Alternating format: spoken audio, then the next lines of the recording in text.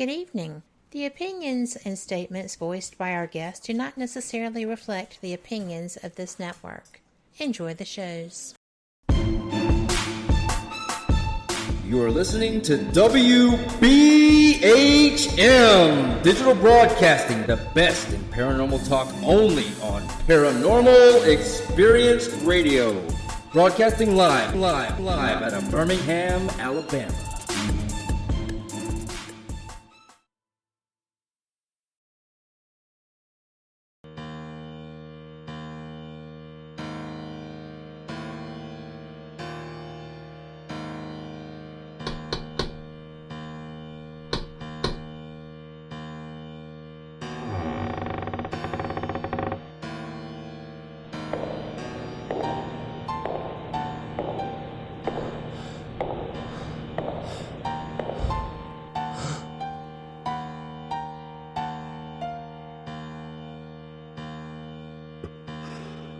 We've been expecting you.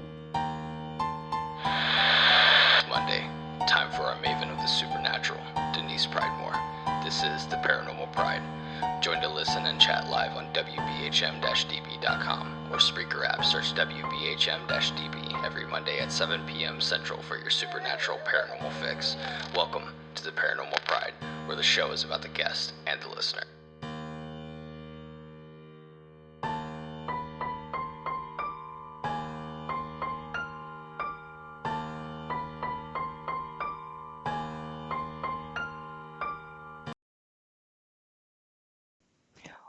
Welcome to the Paranormal Pride. Tonight, my guests are Madison Smith and Rex Nielson.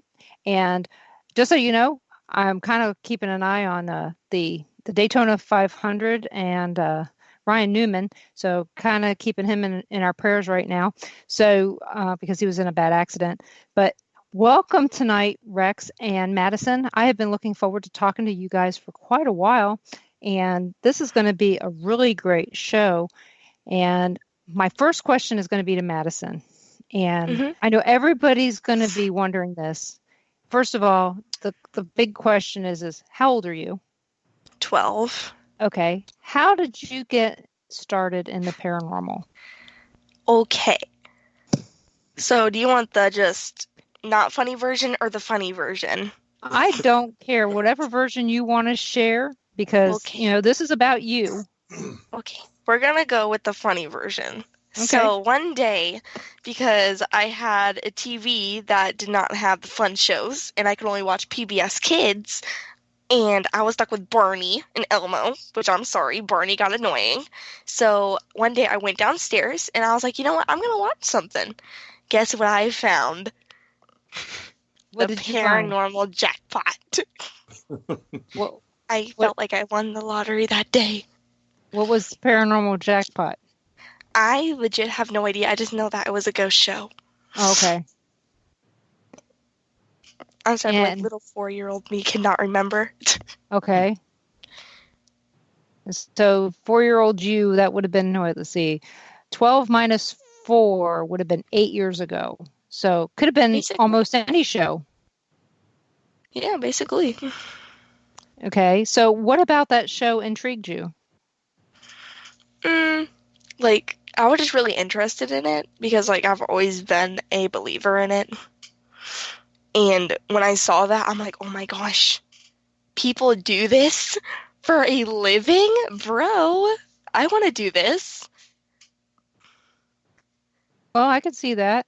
And so what was the first thing that when you got to go out and investigate, what was the first place you went to? I went to the Renwick Mansion. And where? And that's up by you, right? Yep.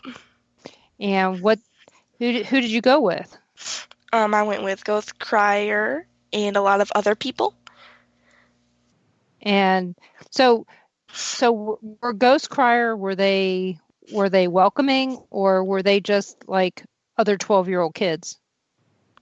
Remember, I know Ghost Criers because I would assume they were like other 12-year-old kids. Yeah, but they were really welcoming to me. And Rex, he was the one who really put me under his wing in that moment. He was like, oh my gosh, you are now my adopted child. And I'm just like, okay, I'm here now. Well, that's funny because I have an adopted child in the paranormal too. Actually, I have multiple adopted children in the paranormal. And one of mine is David Glidden. Cool. So, but he was already involved in the paranormal. So, so I understand that. So, and you have been, how many places have you been since you got started? Oh my, a lot. That's the only word that I can describe it as, just a lot. And you've been as far as going up to the Hinsdale house? Not yet, but I am going to. Okay, because I know that you're involved with the Hinsdale house with Daniel Class. Mm-hmm. So that's good. And did you, let's see, I could have swore that my husband kept telling me that you were at the Van Meter Visitor Festival. Were you there this last year? I don't think so. Okay. We were talking about you. We were there, and we were talking about you, and I kept saying, I don't think that she was there. We were there, but we were talking about you, and with a few people, and they said, "Oh yeah, she's a really nice young lady," and said, "Hey, she would be a real good guest," and all that, and it's like, okay, and of course I met Rex. Is your brother Chris? That's my son. Your son? Okay, well I know your son, so met him in DeKalb, and so at the Egyptian Theater. Oh, okay. Yeah. And so we got to hang out with him. Actually, didn't he come to Mineral Springs in June of last year? Or was it just DeKalb? Okay, well then I've met him a couple times. So I didn't know I didn't think you were old enough to have a son. I'm my older age. Than you think. Of course, I'm lying about my age, of course, but I tease a lot about. I tell everybody that I'm younger than my daughter. So, and so Rex, you're a mentor for Madison. Yes. So how long have you been involved in the paranormal? About a decade. About a decade. Interested in it all my life, but to give you the Reader's Digest version, just about a decade ago, Christopher, after he graduated high school, came and lived with me, and we were out in the living room. I just retired from the sheriff's department, April of last year, and at that time I was off on medical leave. I had broken my ankle, and so we're sitting out there, one of those things where we're watching TV at 2:00 in the morning, and we're watching all the paranormal shows, and I don't know, this a big epiphany hit us, and we just looked at each other and said, we can do this. Let's start our own group. Let's go. Let's do this. And that day, we come up with the logo, our name, got our Facebook page up and running, and then my other son, he was a part of it as well, but he made me a grandpa, so he's got more important things to do right now.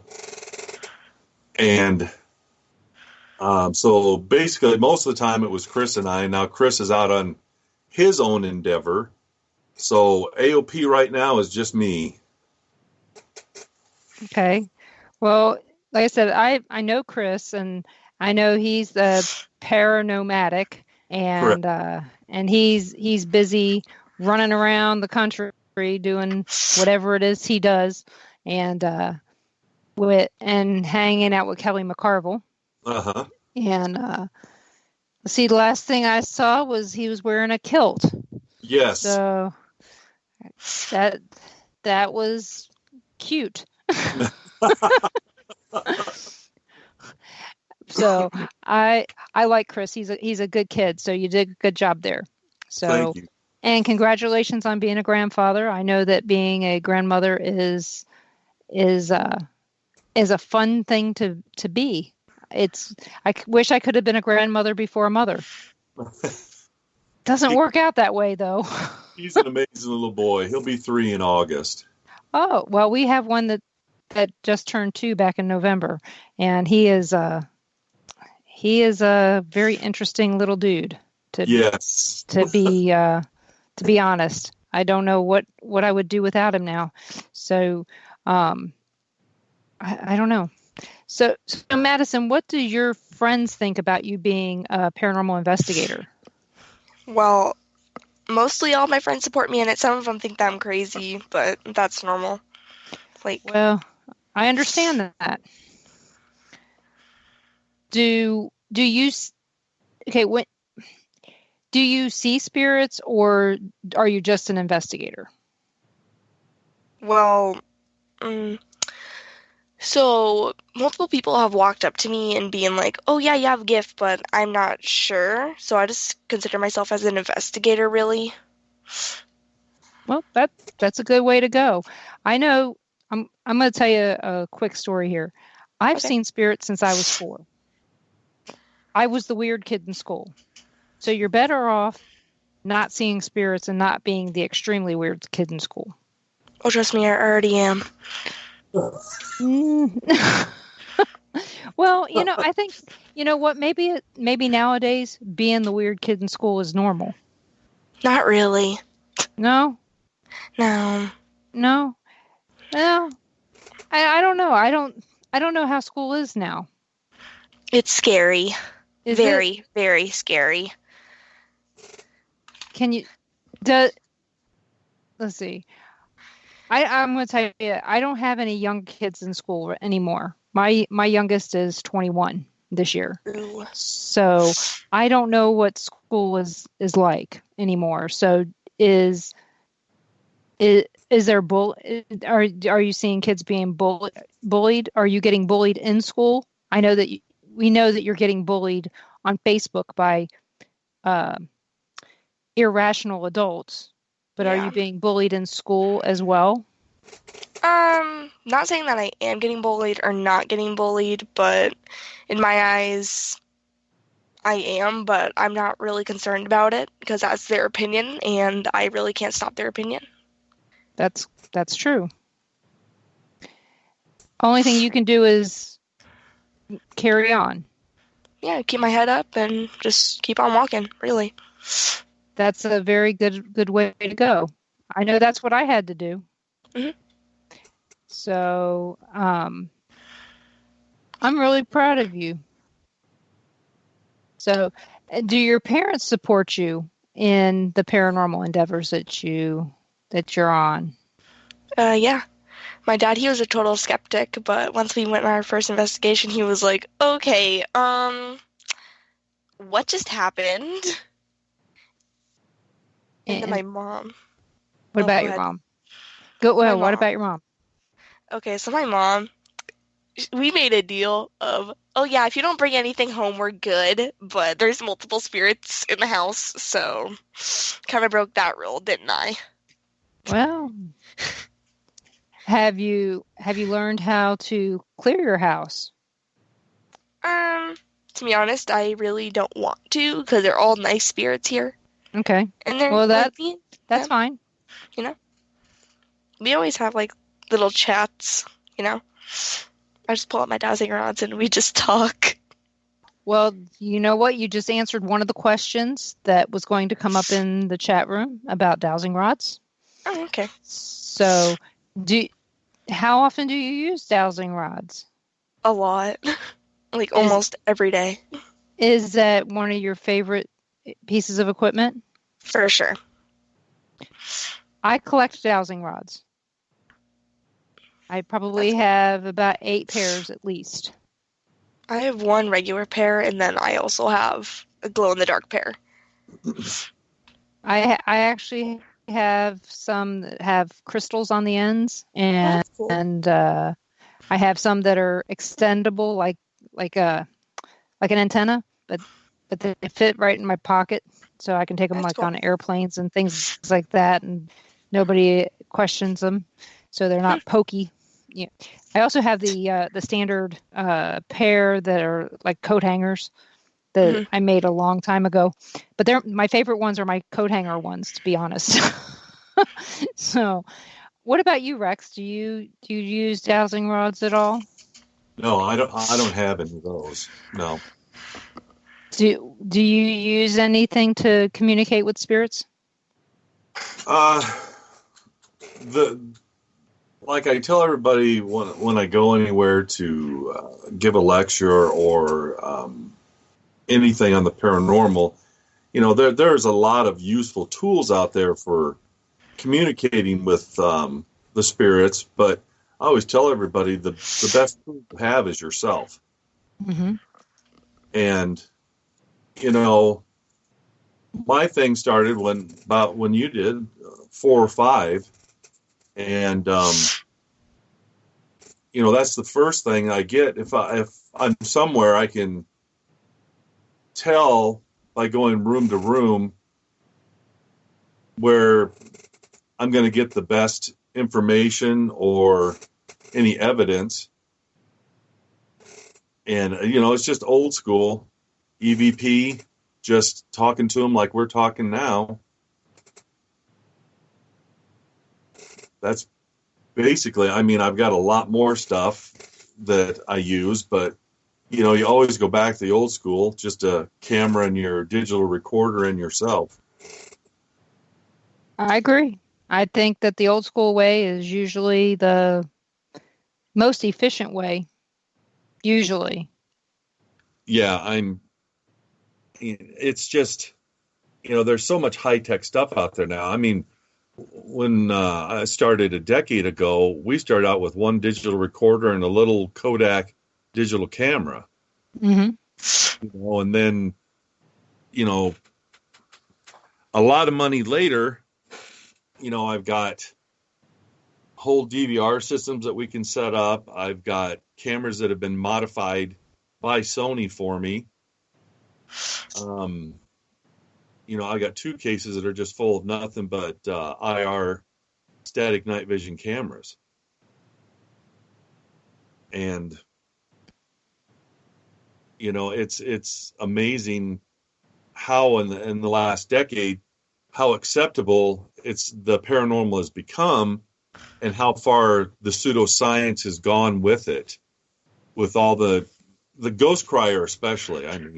Shout out to them. They're great friends of mine, and the work that they're doing in the paranormal. Yeah, I'd like to see there be more real science as opposed to pseudoscience in the paranormal. I think there will be here soon. I think that there will be more real proof of stuff in the next 10 years. Yeah, I agree. And I think that there's going to be somebody that we least expect is going to show us real proof of something that's going to be indisputable proof. And yep. I think we're all going to be shocked when we see it. And I don't think we've seen it yet. That's just my opinion.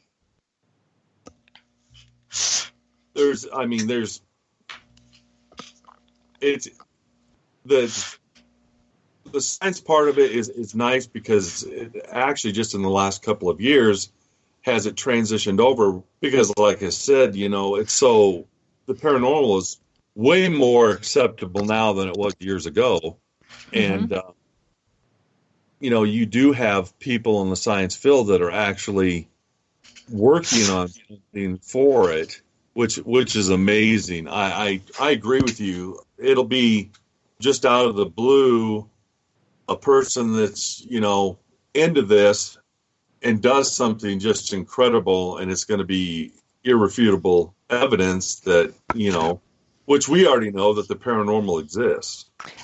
Yes, it does. And we we're at our first break. You're listening to WBHM Digital Broadcasting out of Birmingham, Alabama. We will be back in a few minutes. You're listening to WBHM Digital Broadcasting, the best in paranormal talk, only on Paranormal Experience Radio, broadcasting live out of Birmingham, Alabama.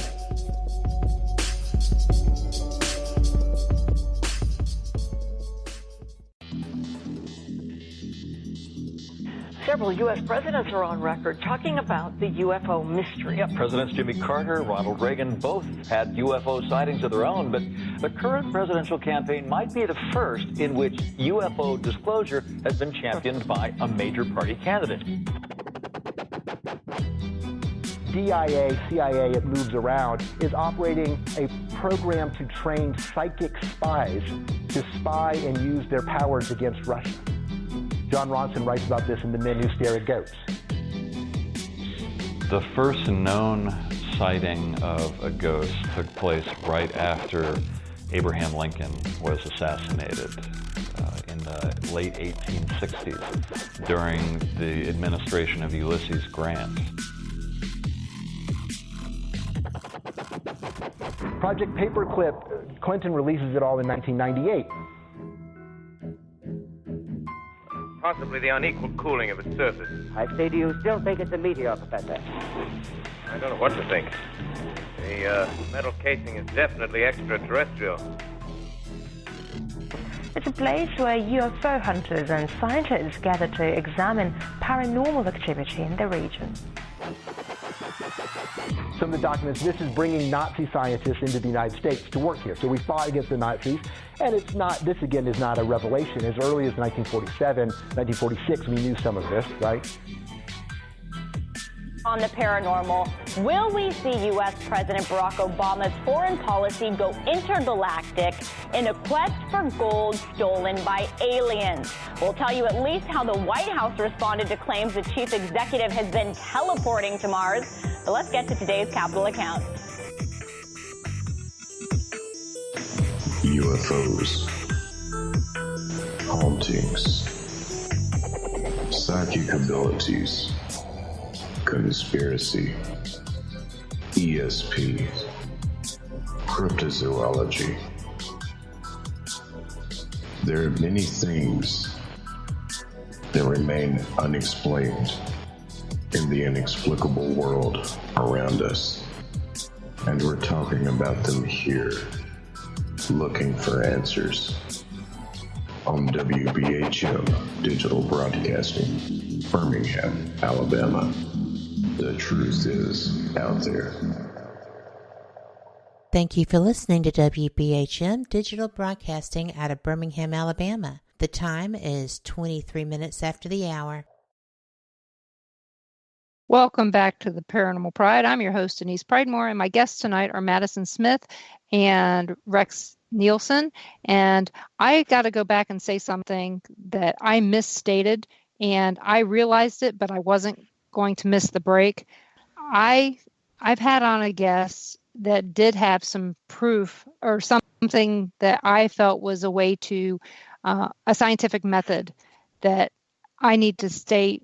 The random number generator is a way that is something that is out there that is being a method that is scientifically proving a way to.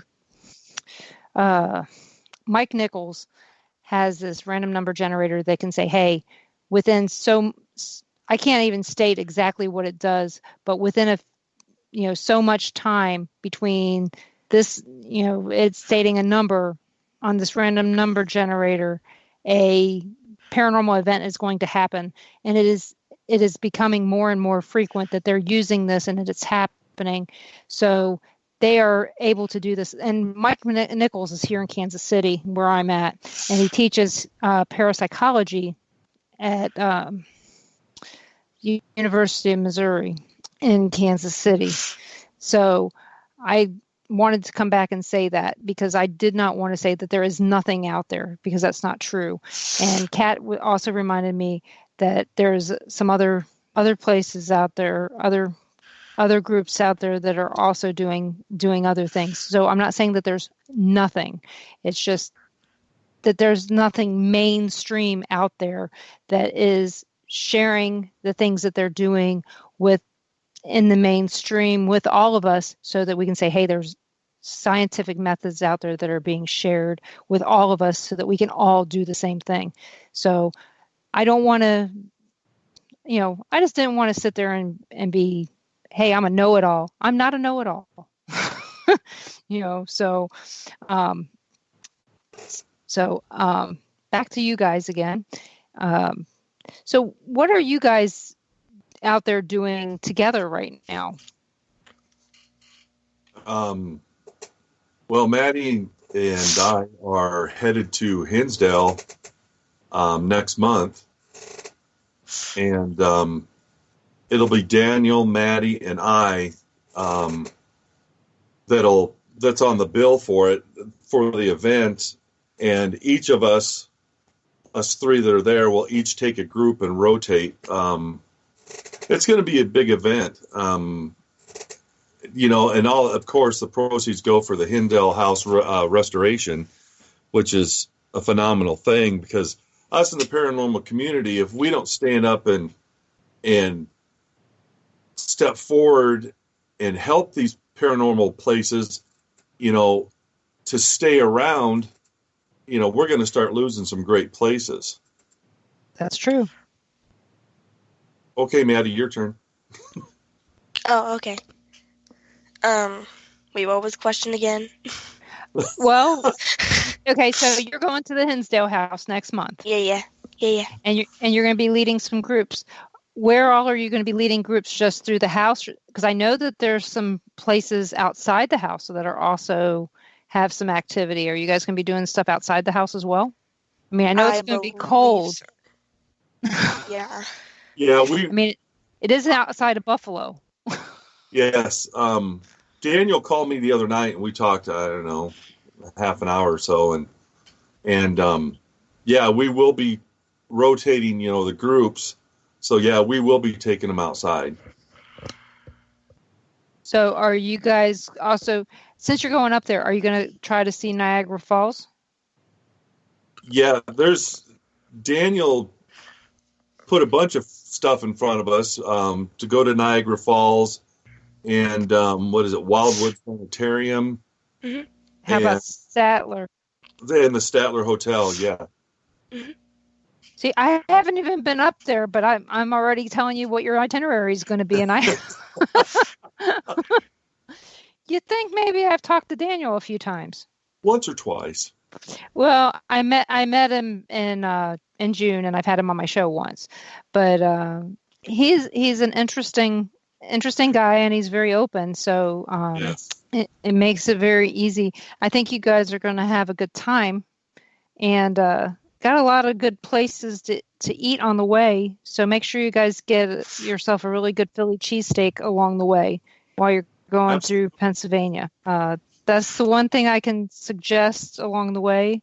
And if you happen to see along the road a Friendly's ice cream, they have really good food and they have great ice cream. I used to work Friendly's. I used to work there.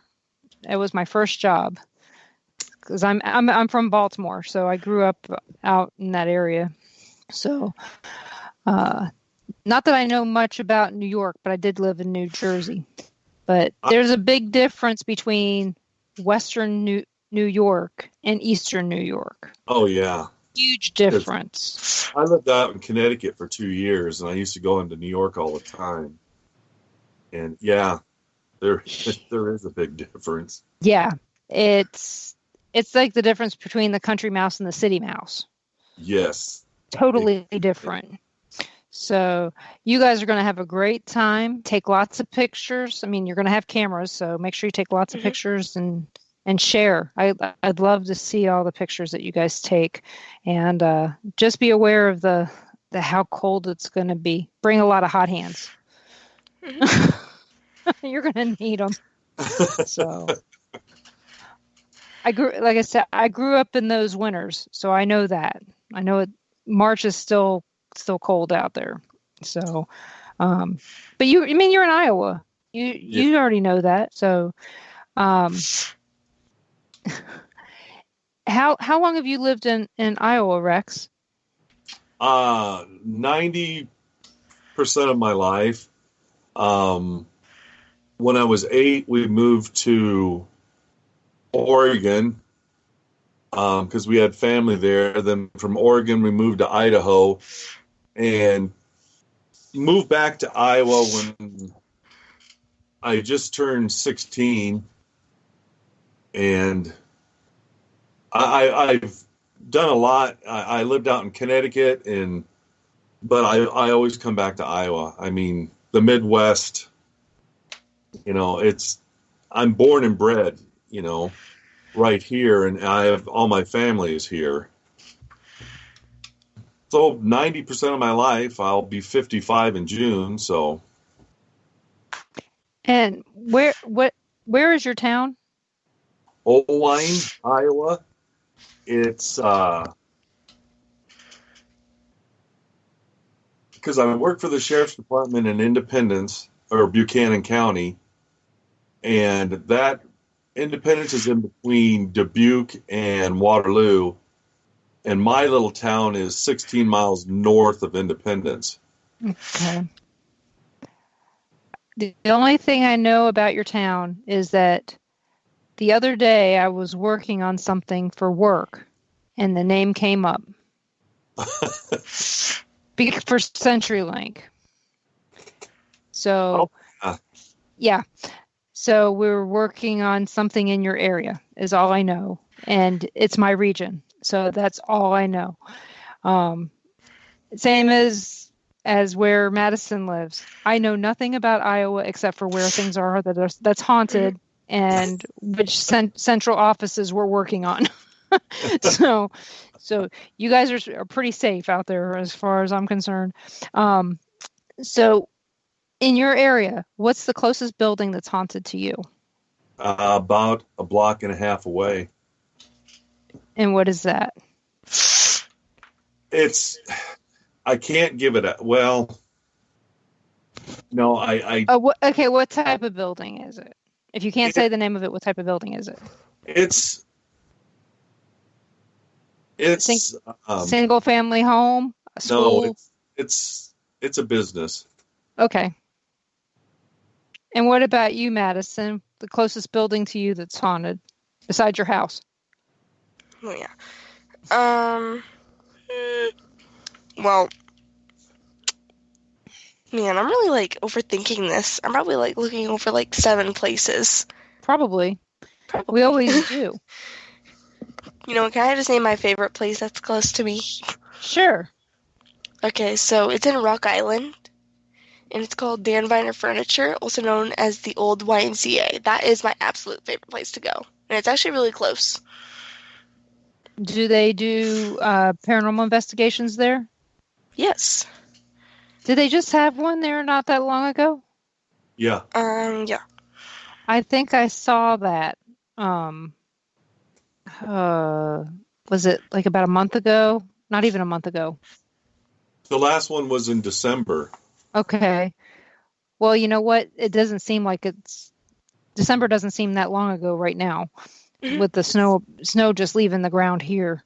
To be honest. Maddie and I were at that one. Mm-hmm. What goes on at that building? Oh. You go first, Maddie. Okay, so people have been touched, scratched, etc. Things have even been thrown. But after that, they're just trying to get your attention. One of my favorite spirits there is named David. He follows me home sometimes, but he usually goes back. Okay. And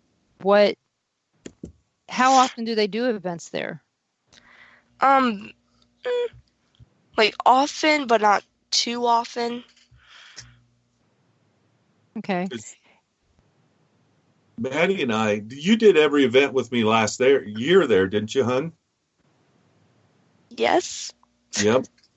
We did a lot. I mean, we're in every event we do, all the money goes to Lisa, and so she can keep the building. I mean, it's an incredibly active place. Incredibly active. I've caught some amazing spirit photography there. Because when we go, that's one of the things. We have so many talented paranormal groups there that each one of us kind of have a specialty, and that I kind of teach the spirit photography end of it. And I've just caught some amazing stuff there, and so has Maddie. We do have a question in the chat, and this is from Carl from Caldwell County Paranormal. He asks, do any of you use Spirit Box or Echo Vox 3 or any devices like those? Me personally, I start out the old-fashioned way with nothing, but I use Spiritus, Necrophonic, or Dead Wave, which are apps that you can get that were actually made by a paranormal group in a scientific field. And it's just much easier because, if you use the SP7, which I haven't used, it's a nice tool, but it's very hard to use. And with the new apps, with the Spiritus and Necrophonic and Dead Wave, it's more user friendly. Yes. It's less equipment that you have to take when you're walking around. And I found it to be a very, very good tool. I mean, I still have the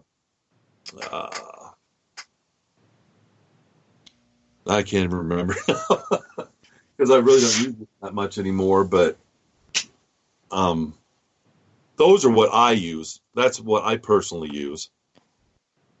Well, I tell you, everybody on my shows heard all those from people like Aaron and Nick from Ghost Crier, plus Kelly.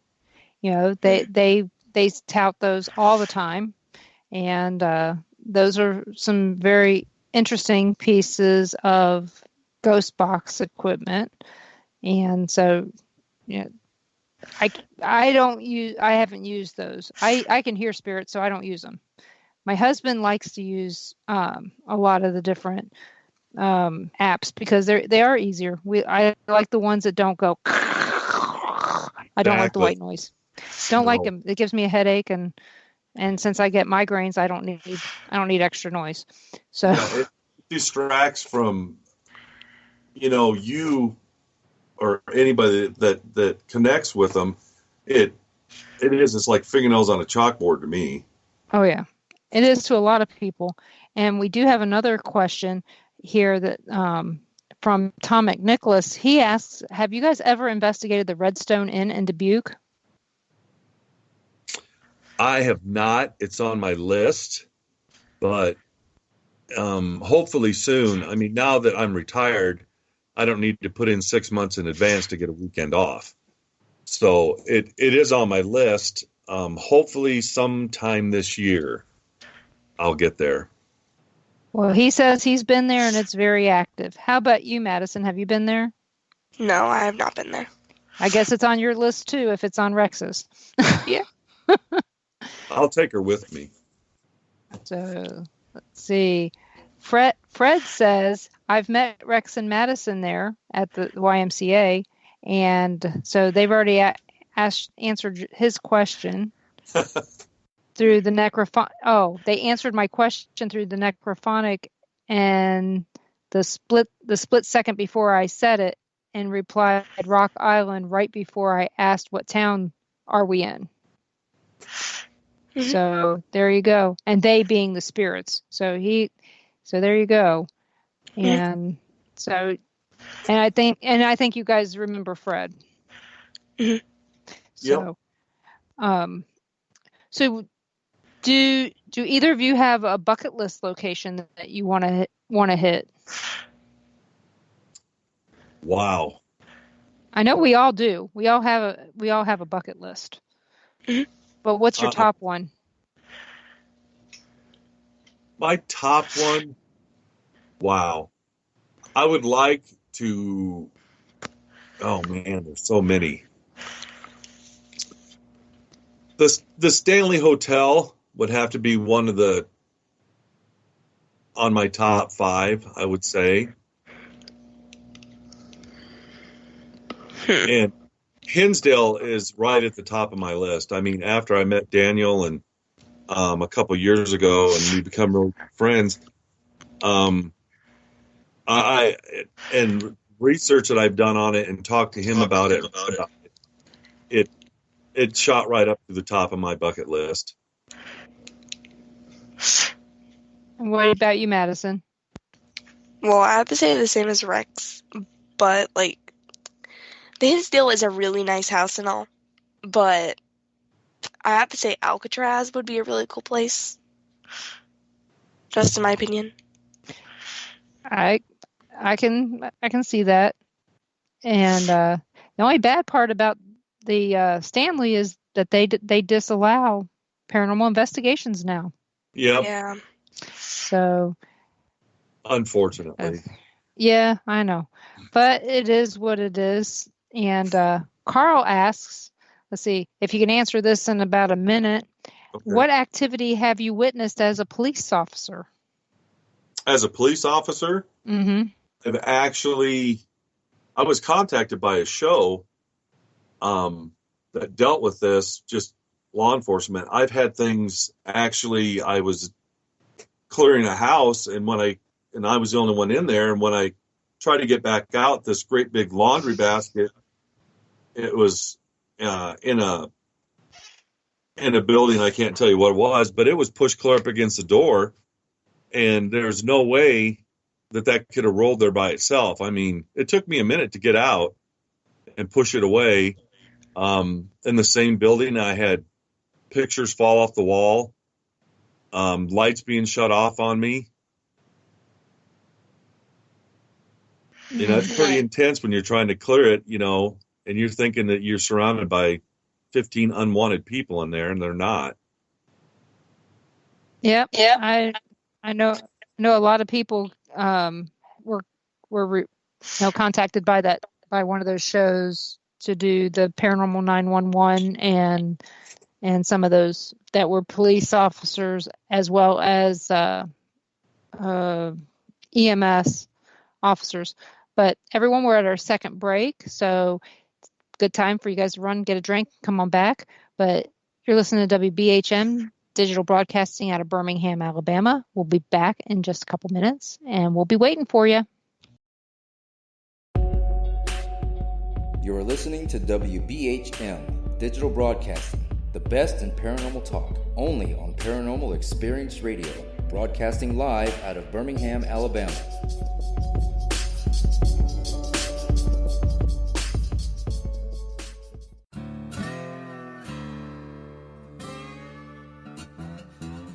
Oh, come on. I'm Southern, but... Nope. That'll do. Hello.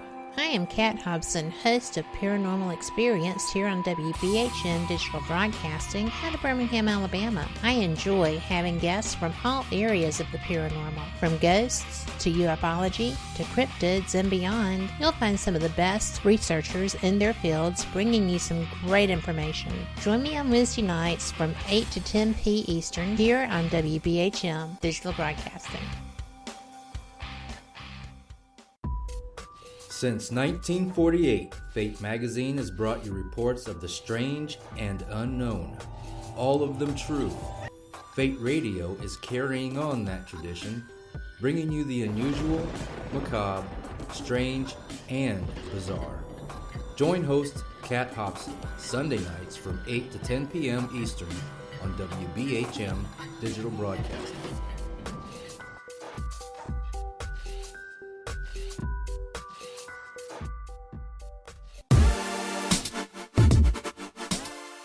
Listening to WBHM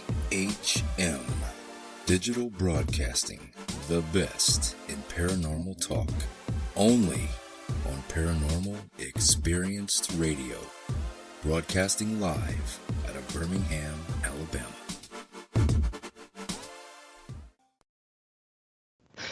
Welcome back to the Paranormal Pride. I'm your host, Denise Pridemore, and my guest tonight is Madison Smith and Rex Nielson.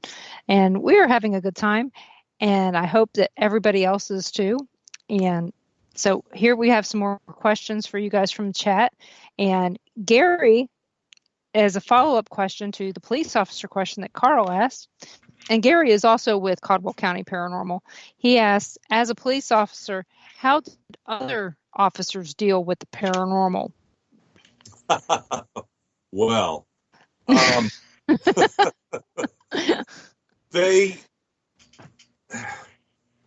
the sheriff's department I worked for was 21 years, and then I worked 10 years at a different one. The one I worked at 21 years, I mean, they would come up to me, and because they knew I did this and I encountered stuff before, and they were like, man, I only want to talk to you. I don't want to tell anybody else what happened. The ones that did have experiences actually come and talk to me. I mean, if some other of the officers did, they didn't come talk to me, but they were, not as open about it as I was. The shy side of it, I guess. I didn't have a problem with people thinking that, I was crazy, that, oh yeah, you say that happened, but we don't believe you, which, all I do is call a skeptic.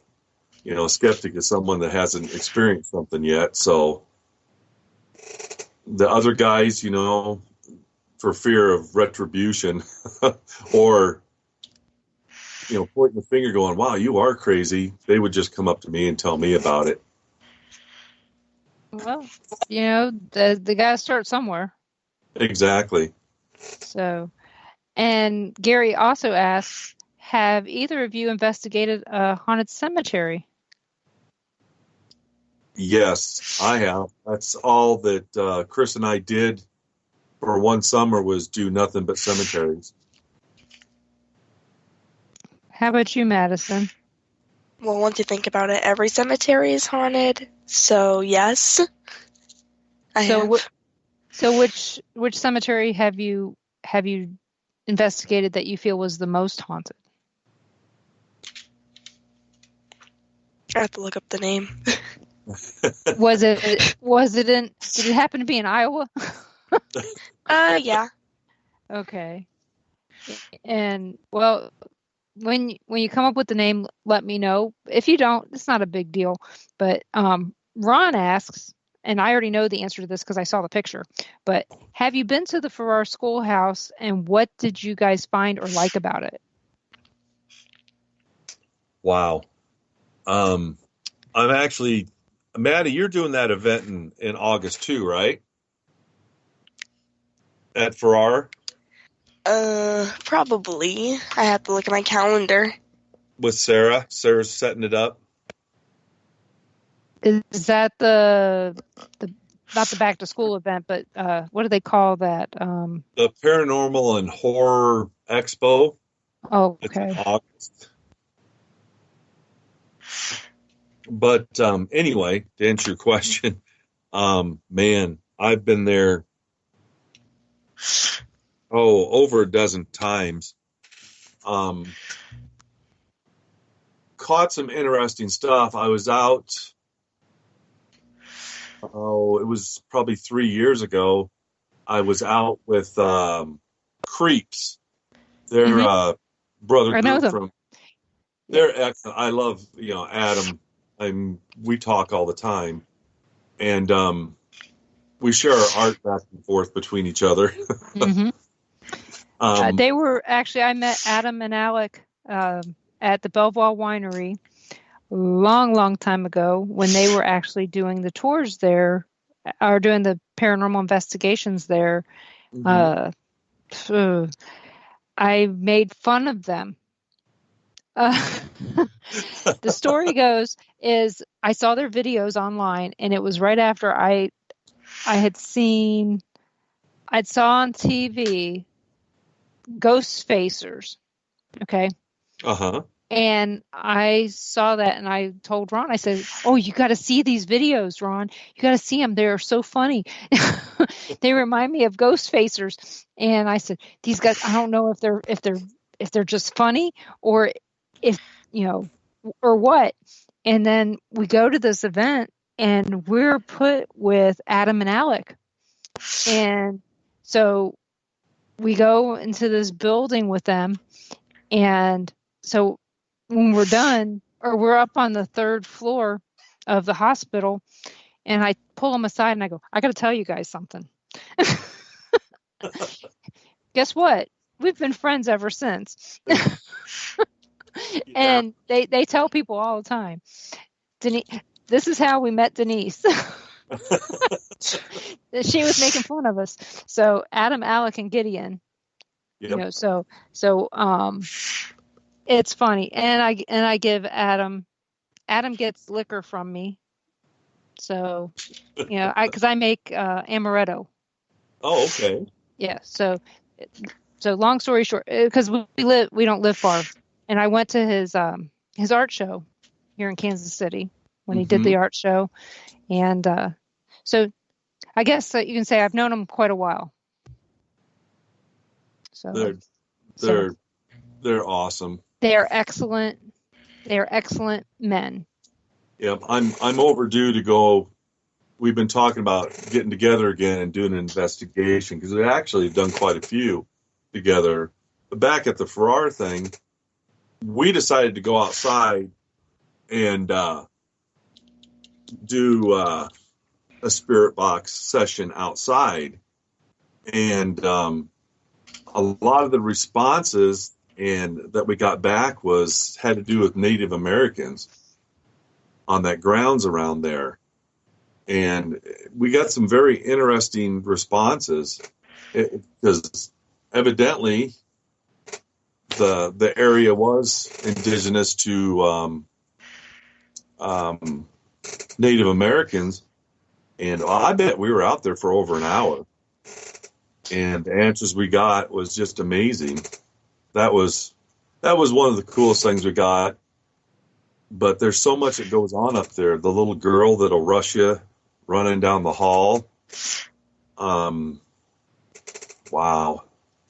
I'm just trying to, there were so many, I'm just trying to point out, give the ones that, man, there's just way too many to even say. Is inside the building more haunted than the outside the building? I think so. What do you think, Maddie? Probably. If I was to go there, where should I focus more of my time? Which area? I've never been there. Go ahead, Maddie. You can go first. Okay, so there's a tree called Mother Oak. Mm-hmm. Coyote Christmas tree? Mm-hmm. Yes. That's a really good place. Same with the boiler room. Is that the boiler room that scared the living crap out of Chad? Yes. Okay. Like I said, I don't know anything really other than what I've heard from other people. And like I said, I saw Chad on TV when he went from the building. I have never read anything about the place. I've just kind of, because when I go places, I kind of go in blind. I don't know anything because I don't want to know anything. Right. So in your opinion, Rex, where would be the place that would be the most for somebody who speaks to spirits, where would I go? Well, if we could still get there, I would have taken you to my parents' home, because that's where we, as AOP, where we had our first investigations. And over the years, it didn't matter what time of day you went there, it was active. and we ended up isolating 17 different spirits in the house. That's where I would personally take you, but since the death of my father, Mom couldn't maintain the home, so we sold it. Yeah. That's sad in itself. Yeah, because, everybody goes, well, why didn't you do an investigation after your dad passed away in the house? I said, no, you're too vulnerable and putting yourself in when you want to go in and contact your loved one, where you open yourself up to false entities that are making it believe that they're your loved one when they're not. And, Dad wants to contact me. He will, and he has. But after it was done, we didn't do any more investigations there. Yeah. Is it because you feel like your father might be there? Actually, my feeling and the way that the spirits come across to me and show themselves, no, I don't think he is. I really don't. Yeah. Is your mom still alive? Yes. Yep. He's wherever she is, most likely. Yeah, she lives with my sister, but we're having, to make a long story short, Mom's got severe dementia, and my sister is just diagnosed with breast cancer. So,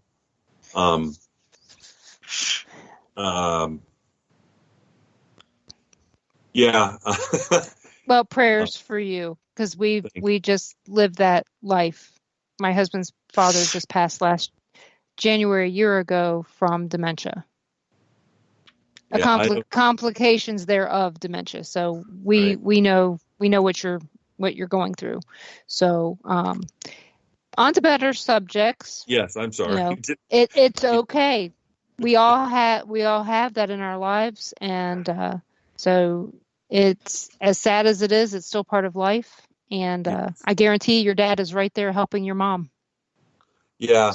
And you know what? He is going to be there, and you're going to be hearing more about him. Mark my words. Good.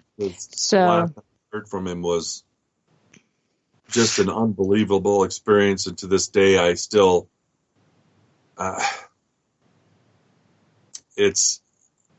haven't told the story, but I think only at one expo, and I don't know. Do you want to hear it or? Well, actually, we're coming up on our next break. So in about a minute or so. So I would hate for you to start just to stop it. Because, like I said, I know what's going to happen with your mom, and I know that it's going to that he's going to be there when she goes, and you being a paranormal investigator, and I can tell that you're empathic as well. He's going to be there, and so it's a long story, but I know how it's going to go. But you know what? We have so many things that we're going to be talking about the next hour that we can have that story be when we come back. Okay. So hopefully, if you guys all have any questions, please put them in either one of the chats, and I will make sure that they get asked. And Madison and Rex can answer your questions, because you know what? They're not holding anything back. And I know you guys have questions that you want to ask, so please ask them. And we got a lot of things to talk about.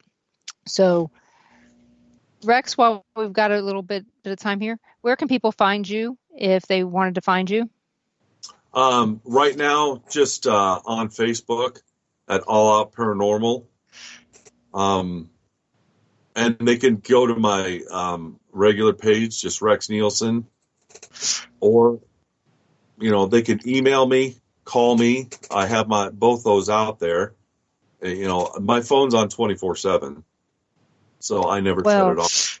Okay, well, people, please don't call him 24/7. Let him sleep. So people call me at 2:00 in the morning. Oh, please don't. But everybody, you're listening to WBHM Digital Broadcasting out of Birmingham, Alabama. When we come back, we will start off with how to find Madison Paranormal when we come back.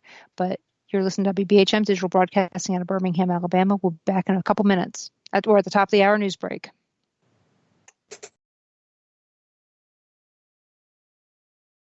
This message comes from NPR sponsor U River Cruises. Want to travel to popular spots in Europe without all the hassle? Immerse yourself in local culture? Take part in active excursions? Now you can with U River Cruises. Learn more at ubyuniworld.com. Live from NPR News in Washington, I'm Barbara Klein. More than 70,000 cases of the new coronavirus are now being reported in China, but the rate of new infections is slowing. 13 of the Americans who returned to the U.S. last night after being quarantined on a cruise ship off Japan because of the outbreak are described as high risk for the virus. They're at the University of Nebraska Medical Center now, where Dr. Shelley Sweethelm says they're undergoing tests. Anything prior to this, like we've got no documented information, it's all been verbal, and so that's why we're going through and doing the additional testing of everyone at this time. Other returnees are in quarantine on military bases in California and Texas.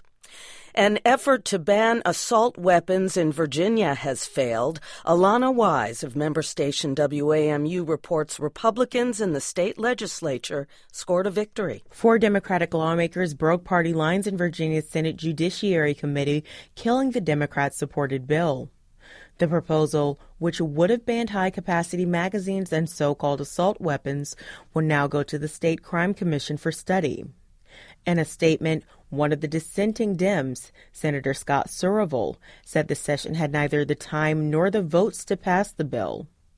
The move comes as a blow to state Democrats, who had attributed much of their historic success in the last election to an emphasis on gun safety measures.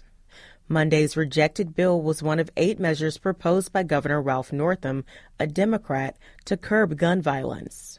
For NPR News, I'm Alana Wise. Some Mississippi residents are breathing a sigh of relief after the Pearl River crested today below the level that was forecast. But NPR's Amy Held reports they're not yet in the clear. The waters of the Pearl River around the capital of Jackson are expected to recede over the coming days, having crested around a foot below the anticipated 38 feet. But floodwaters remain dangerously high and fast-moving. We, as a state, are not in the clear yet. That's Mississippi Governor Tate Reeves. As it is receding, it is going to be fast-flowing water, and we strongly discourage anyone from getting in or trying to drive through the water. As the floodwaters move, areas downstream of Jackson are at particular risk, and more rain is in the forecast. Already, hundreds of homes have been damaged. Amy Held, NPR News. More former Justice Department officials are adding their names to an online petition calling for Attorney General William Barr to resign. More than 2,000 are criticizing Barr for interfering with prosecutors' sentencing recommendation for President Trump's ally, Roger Stone. This is NPR. Train transportation across Canada is largely shut down. Indigenous rights groups and their supporters have been blocking key rail lines for nearly 2 weeks to oppose construction of a natural gas pipeline on native land. Dan Karpenchuk reports the protest has now forced Canadian Prime Minister Justin Trudeau to cancel a foreign trip. Trudeau is meeting with his incident response group to address the ongoing protests. The group includes senior cabinet ministers. Trudeau returned to Canada late Friday after spending a week in Africa and Germany. Analysts say there may be little that the group can do. The protests were launched in support of Wet'suwet'en hereditary chiefs in northern British Columbia and their supporters, who are blocking access to construction of a natural gas pipeline. Another protest to back the Wet'suwet'en is taking place in southern Ontario. That's forced CN Rail to halt its freight service in eastern Canada and Via Rail to cancel all passenger service across the country. For NPR News, I'm Dan Karpenchuk in Toronto. The former president of the United Auto Workers Union, Owen Bieber, has died. He led the UAW through the industry's turbulent days of the early 1980s to the prosperous mid-90s. Bieber's also credited with diversifying the union's membership. He was also active beyond U.S. shores, supporting Poland's Solidarity labor movement and South Africa's anti-apartheid movement. Bieber was 90 years old. I'm Barbara Klein, NPR News in Washington. Welcome back to WBHM Digital Broadcasting out of Birmingham, Alabama. The time is 5 minutes after the hour. Welcome back to the Paranormal Pride. I'm your host, Denise Pridemore, and my guests tonight are Madison Smith and Rex Nielson. And Madison, when we left, I had said we were going to find out where can people find Madison Paranormal. All right. So on Facebook, I'm just Madison Paranormal Investigation. On Instagram, I'm Maddie, MADI, paranormal _investigation. And then you also can be found on Daniel Class's page for merchandise, right? Yep. And what was, let me see, let me go back to that. Where's that? I put that link at. It's hidden in the stuff that I posted earlier. I don't see it now. What is that link? Do you remember? Let me check. I just scroll through stuff so fast. Here we go. It's danielclass.com home-page / Madison Smith. So if you guys want to go find Madison Smith stuff, that's where you go. So check that out. So she's also got a sizzle reel or something out there. Is that what that is? A sizzle reel? Maybe. Maybe. Well, there's a little video on that page. I mean, I can't really listen to it right now because otherwise it'll show up. It'll play on here, so I don't want to do that. Yeah. So, but there's a YouTube. There's a video on there. So, but guys, go check that out, and because you have some merchandise, don't you? Mm-hmm. And how many types of merchandise do you have? We have shirts, hoodies, tank tops. So if you're in warmer weather, Well, we do have that every once in a while around here. Like I said, It was 65 here today. Not up there where you're at, but down here in South Kansas City, it was rather nice. Yeah, I was born in the wrong hemisphere, just to be honest. I hate the cold. Join the club. Me too. And then we also have mugs and everything. So yeah. Yeah. Last night I was being made fun of when I was on another show, and I was wrapped up in a pumpkin blanket. So, needless to say, they're going, "You're always cold." It's like, yeah, because I'm always cold. I want it to be warm all the time. So, we were talking with Rex before the break about a story about his father. So, Rex, would you like to share that? Yeah. If I get emotional, it would be totally understandable. Bear with me. It would be 3 or 4 Christmases ago. I was laying in bed reading, and was just getting ready to call it a night, and my phone started ringing. And I'm like, my God, who'd be calling me this late at night? Because when you get a late night phone call, the worst comes to your mind. And I look, and it says it's a phone call from my father, because I still have his phone number in my phone. And because a picture of John Wayne comes up, and I'm like, this can't be happening. So, I look around, I turn the light on, and I'm going, okay, I'm going to answer it. I answered it, and it was you could tell it wasn't like when we speak to anybody on the phone. This clear connection. It was like hollow and far away. Mm-hmm. And he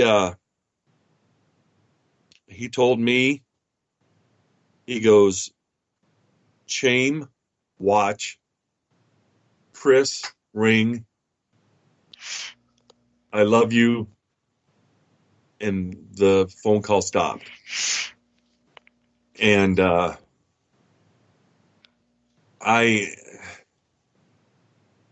was like, this is like a week before Christmas, and I'm going, am I losing my mind? Because his phone is disconnected. Right. It's in service, but I still have it in my phone. And, I didn't sleep the rest of the night. I just was wondering why he said what he said. And it took me a couple of days, and then I realized that I had bought him a Rolex watch when I lived out on the East Coast. And Chame always wanted that watch. And I had 2 rings of Dad's. One was his wedding ring, and one was this big turquoise ring that he had gotten years ago in Oregon that he'd wear. And I realized that he wanted me to give Chame the watch and Christopher the rings. And it was so surreal when we had Christmas just a week later, and I waited till the very last to give him the gifts that I got and told him the story. And I haven't told the story to many people, but I knew it was my father that was talking to me. I wish the conversation would have gone on a little bit more, but to tell you, put this all together quickly, my father wasn't big on telling you I love you. You'd say, Dad, I told you I love you. And he goes, yeah, I know. I said, do you love me? He goes, I do. And he didn't start saying it until I had my 2 boys. And the day he passed away, I knew something was wrong. He had stopped at my house. Make the story quick here. They were coming over for dinner the next day. I had my family over once a week, and I make supper for them. And he asked what time. I said, you can come and eat breakfast if you want. So he gets up and he goes, okay, I'll see you tomorrow. I love you. And he wasn't one for saying that. And I knew, because he told my kids all the time, but I never really heard it from my side. I just knew something was going to happen. And about 6 hours later, I get a phone call saying that he'd passed away. So, Anyway, that's it. That's how I was contacted by my father, and the little cryptic message that he gave me, and it was amazing. Like I said, I wish I could have had a longer conversation with him, but what I had was precious and a memory that'll never go away. So, well, the good news is at least the last thing he said to you was that he loved you before he left. So, yes. And Maddie, is your friend's name Jasmine? Yes. Yes, she made it into the chat. So, Hi, Jasmine. So there you go. So, and Jasmine, if you have any questions for her, just type them right there in the chat, and we will ask them to your best friend.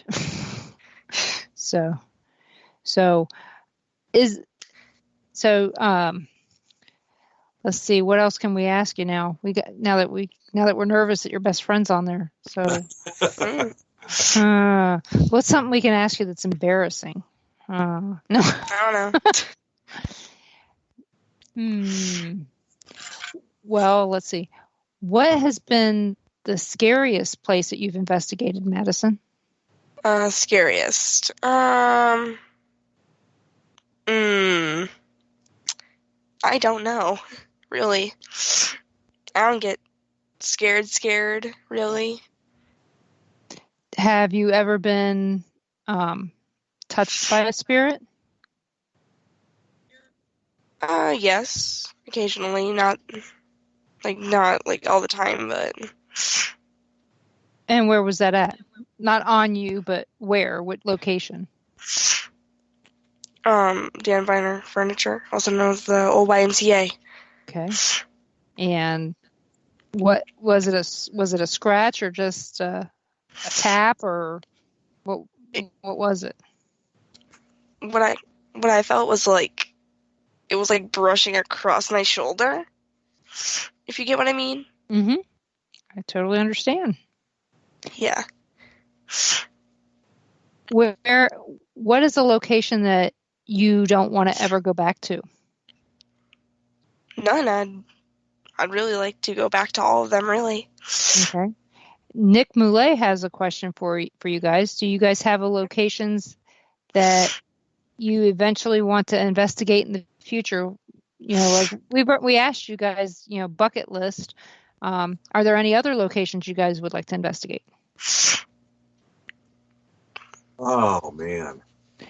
I know there's a ton.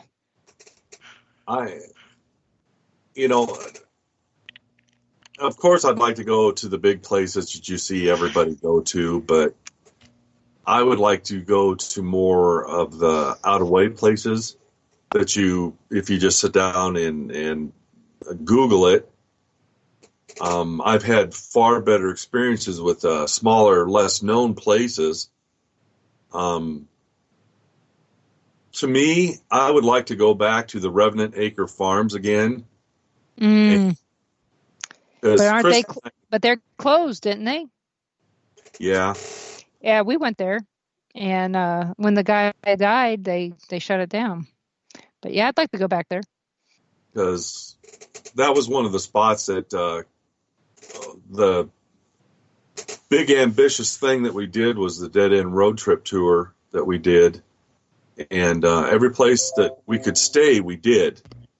And staying there overnight was quite the experience. I mean, I would have spent a lot more time there. Yeah, the bad part about that place is that it didn't have air, didn't have heat, didn't have a bathroom. No. And there was no place to eat unless you went one direction or the other at least 5 or 6 miles. Yep. we were there because this was in October, November, and we bundled up, that's for sure. We went in June. So we know. So interesting. So at least they had electricity, so you could have at least brought a space heater with you. Yes, we did. So, and you could have brought a porta potty. I really would. We have one. Yeah, we have our very own porta potty, so not everybody has one of those. I know, hard to believe. How about you, Madison? I've always wanted to go to Beverly Hills Sanatorium. Like, that's one of my go-to places that I really want to go. Okay. Beverly Hills or Waverly Hills? Oh, Waverly Hills. Sorry. In Louisville. Okay. Mm-hmm. So,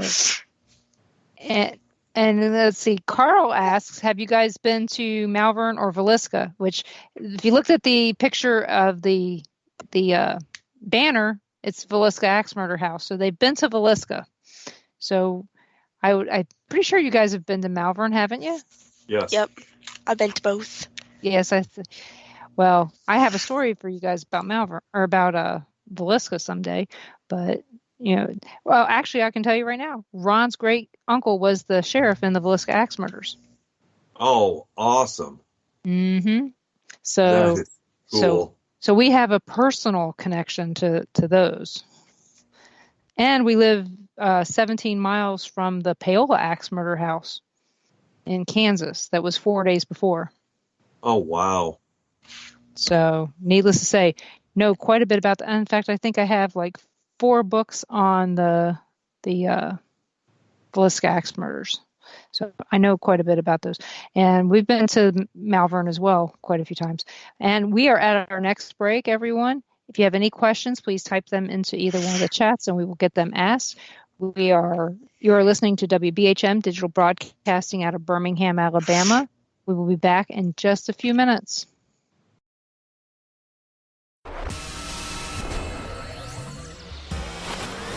You are listening to WBHM Digital Broadcasting, Birmingham, Alabama.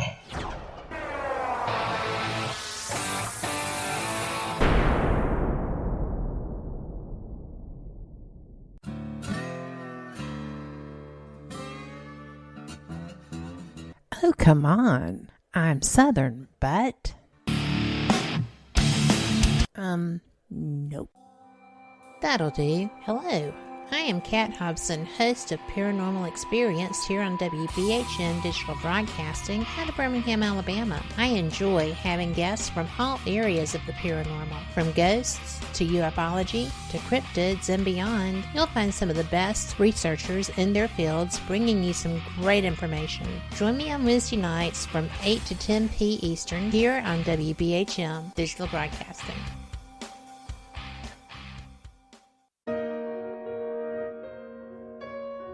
You are listening to WBHM Digital Broadcasting,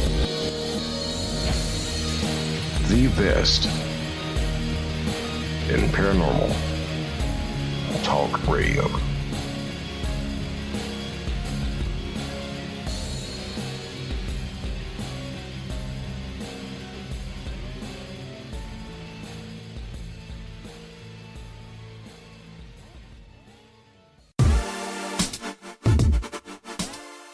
Listening to WBHM Digital Broadcasting, the best in paranormal talk, only on Paranormal Experienced Radio, broadcasting live out of Birmingham, Alabama. Since 1948, Fate magazine has brought you reports of the strange and unknown, all of them true.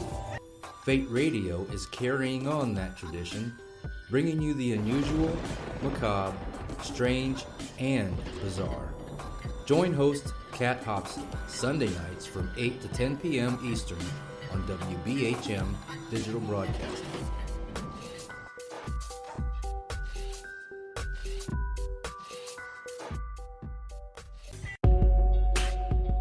You are listening to WBHM Digital Broadcasting, the best in paranormal talk, only on Paranormal Experience Radio, broadcasting live out of Birmingham, Alabama.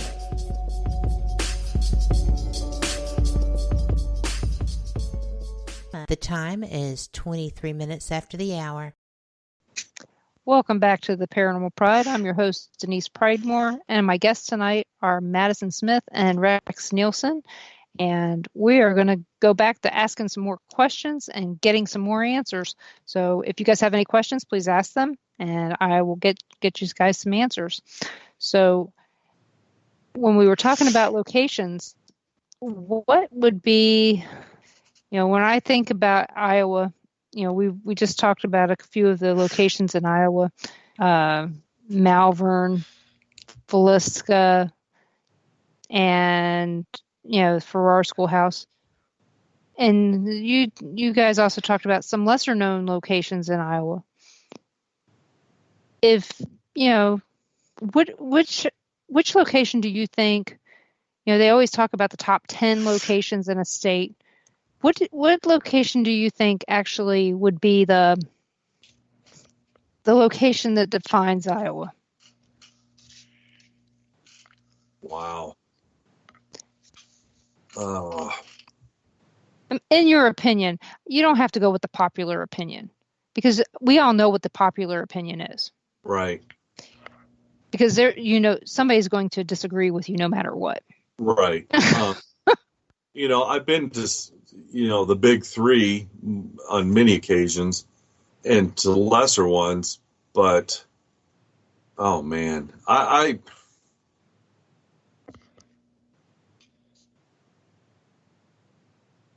only been to Melbourne once, but I had some great experiences. But I've been to Farrar, like I said, a dozen or more times. Just me, it would have to be Farrar. How about you, Madison? I'm going to go with the same answer, really. Have you guys been up to Edinburgh at all? Oh, man. Yes. Is it a location that you can recommend? Yes. Christopher and I got in on the inception of them just letting people in.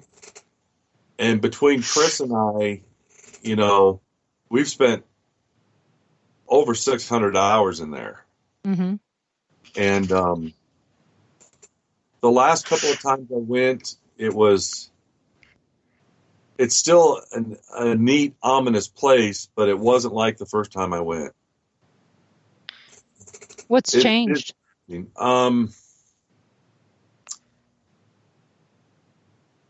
Because of the way people do things that I don't necessarily agree with, some of the stuff they see on, shows on TV, I think have been detrimental to the inhabitants there.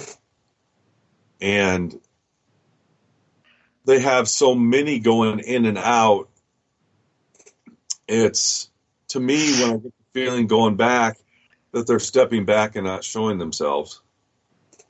Because I understand what you're talking about. the whole being rude and demanding, I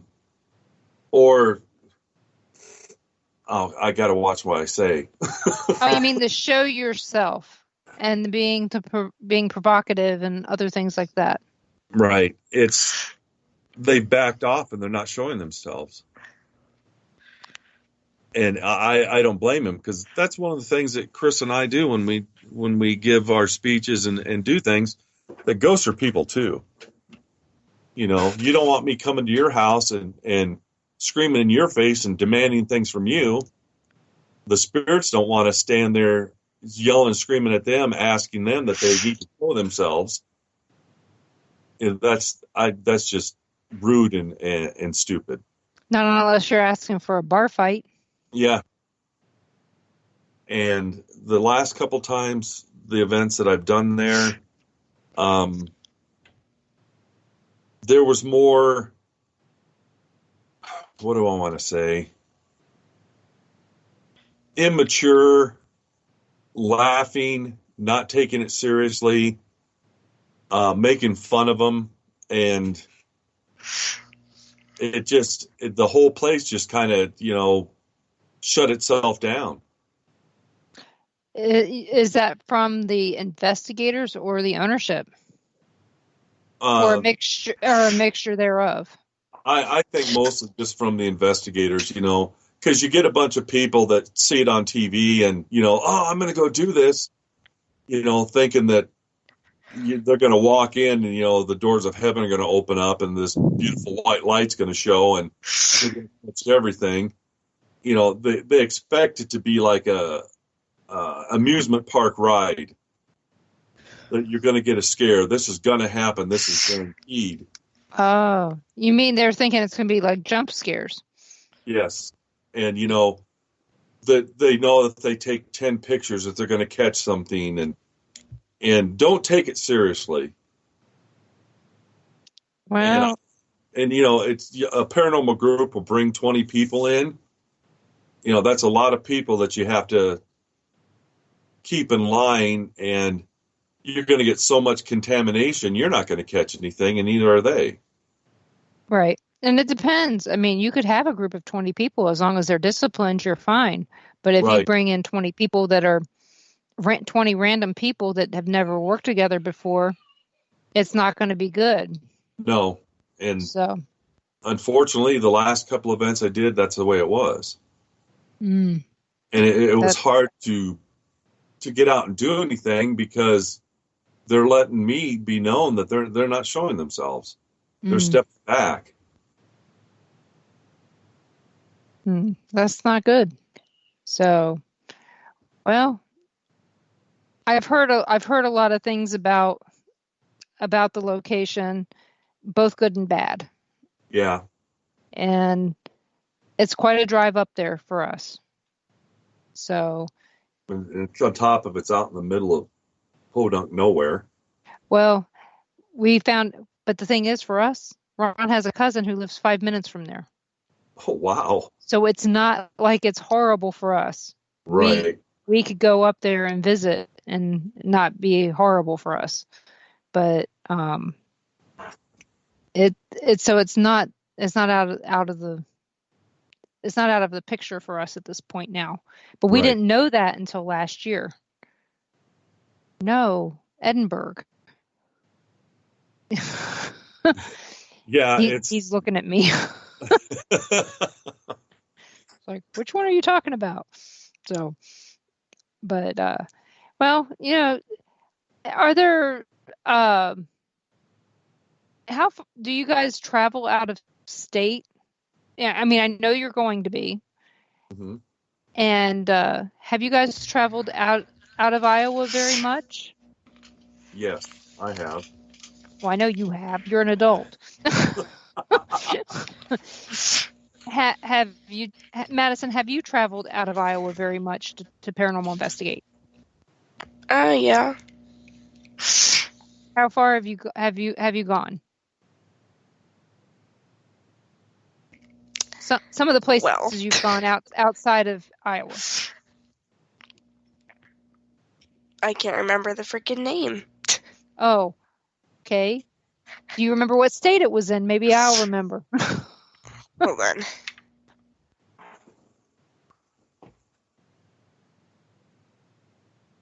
Wait, is that even outside of Iowa? Which one? Indiana. Indiana, yes, Indiana. So Indiana is outside of Iowa, a couple states at least. You have to go through Illinois to get there at least. So, man, I'm not the sharpest crayon in the box. Well, I wouldn't. I would assume that you're probably a little sharper than some of the crayons in the box, but not really. About she is. Okay. So, did you go to Revenant Acres with Rex? No. Okay. So, where did you go in Indiana?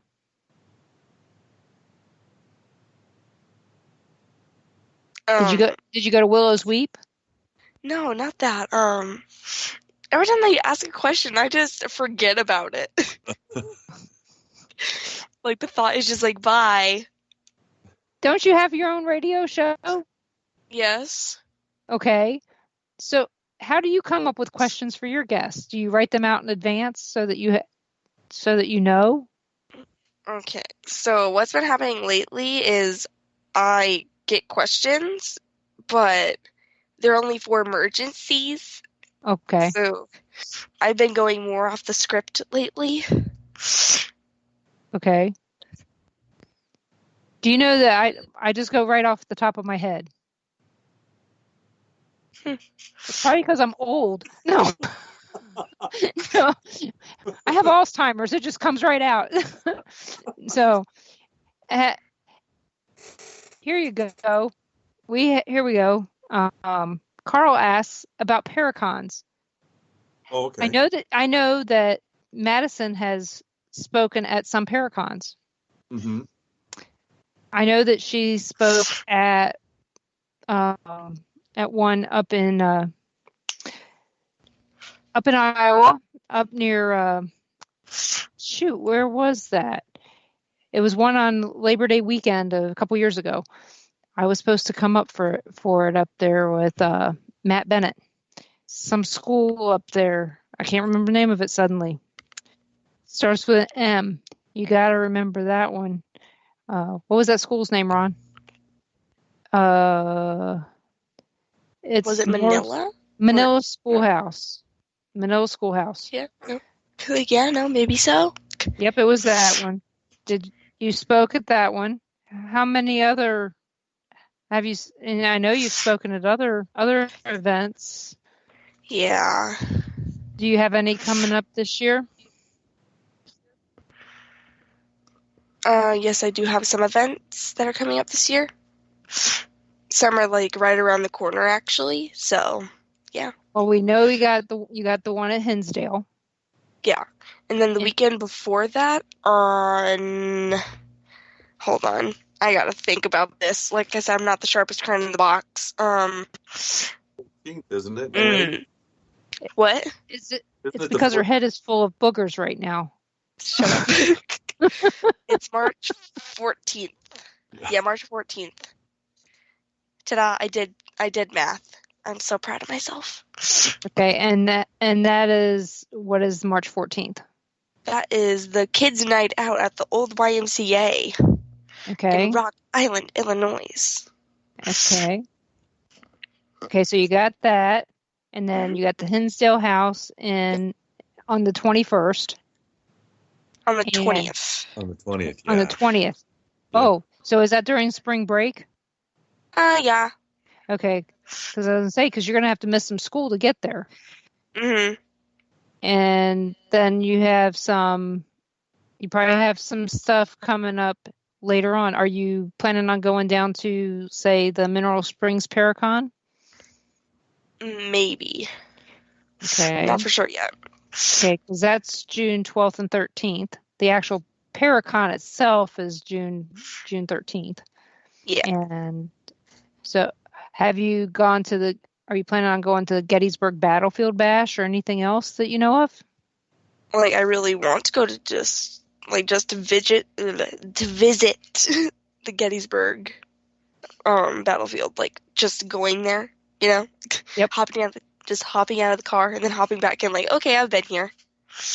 Well, we used to go there on field trips when I was a kid. Because, I wish. like I said, well, I was from Baltimore, so it was just right down the road. So, because when I was your age, I was having paranormal experiences at Gettysburg. Way back when in 1977. So, before you were even a dream of your parents. So, that tells you something there. But, and then you had some other events you were talking about that you're going to be at. Mm-hmm.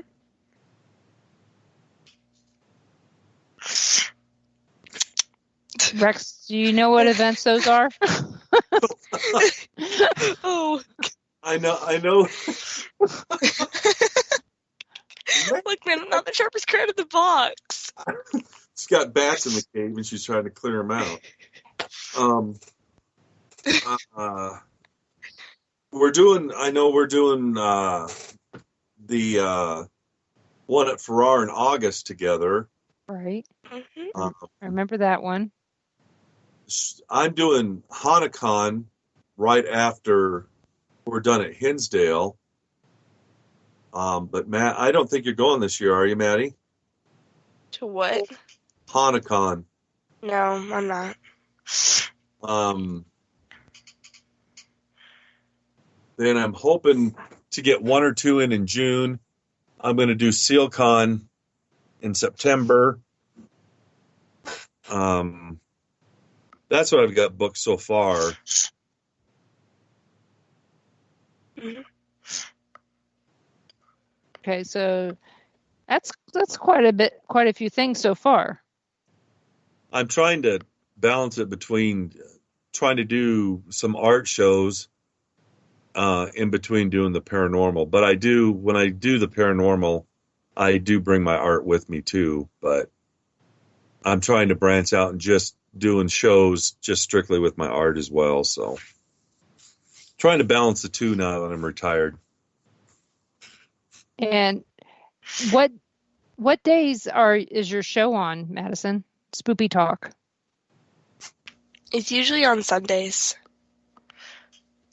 And the topic is usually paranormal? Mm-hmm. Yep.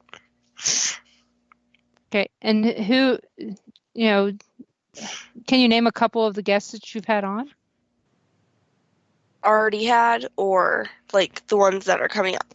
And anyone you want to name? Well, recently I had Charlotte on February 16th for my 1-year anniversary, which was actually really fun. Well, that sounds like very interesting, and that's also on Spreaker, just like we are. So, yeah. And so, you've been on a year already? Wow, that's pretty good. And how long is how lengthwise? How long is your show? About an hour-ish. Okay. You know, it's not not this long, but yeah. Do you guys do you ever talk to people about UFOs or Bigfoot? It's been talked about, but it's not like the main thing, if you know what I'm saying. Yes, I do. That's not my main thing either. Do you believe in Bigfoot? Sure. Why? Well, for one, I don't see why not. Okay.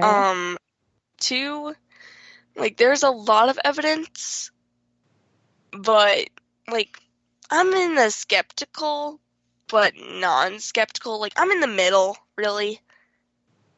That's fair. I'm not sure whether to believe it or not believe it, just to be honest. Okay. Like I said, that's fair. How about UFO? Well, I'm going to steal my mom's quote. Quote unquote. Okay. So my mom, she's always told me that there has to be something else. It just can't be us. Yep. Which I believe in aliens. I really do. I believe in UFOs. But I'm not trying to call anybody out who recorded some of this, but most of the videos are recorded on potatoes. Legit. Okay. Well, I haven't seen any of those videos, but we all have our beliefs, whether whatever they're based on, that's what they're based on. You know, so I'm right there with you on my beliefs, and I watch some of those shows on TV, and I don't know about you, but I yell at the TV. Do you? Sometimes. Or at least yell in my head at the TV. Do you have a favorite TV show on paranormal TV show? Well, if I want to laugh, as a joke or an actual favorite. Whatever you want to tell me. All right. So my favorite has to be Ghost Hunters. But the one that I laugh at is Ghost Adventures. Is it because when they run out of the room screaming? Yeah, that too. Okay. Well, we're going to take a break here because we're at our last break now. Everyone, you're listening to WBHM Digital Broadcasting out of Birmingham, Alabama. If you have any questions for Maddie or Rex, please put them in the chat room because this is your last chance. So come on back and we'll get this done.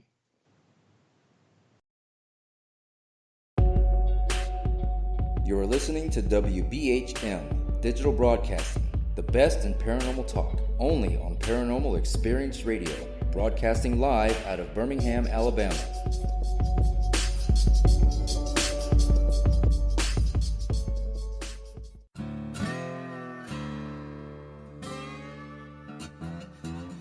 Oh, come on. I'm Southern, but... Nope. That'll do. Hello. I am Kat Hobson, host of Paranormal Experience here on WBHM Digital Broadcasting out of Birmingham, Alabama. I enjoy having guests from all areas of the paranormal, from ghosts to ufology to cryptids and beyond. You'll find some of the best researchers in their fields bringing you some great information. Join me on Wednesday nights from 8 to 10 p. Eastern here on WBHM Digital Broadcasting. Since 1948, Fate magazine has brought you reports of the strange and unknown, all of them true. Fate Radio is carrying on that tradition, bringing you the unusual, macabre, strange, and bizarre. Join host Kat Hobson Sunday nights from 8 to 10 p.m. Eastern on WBHM Digital Broadcasting.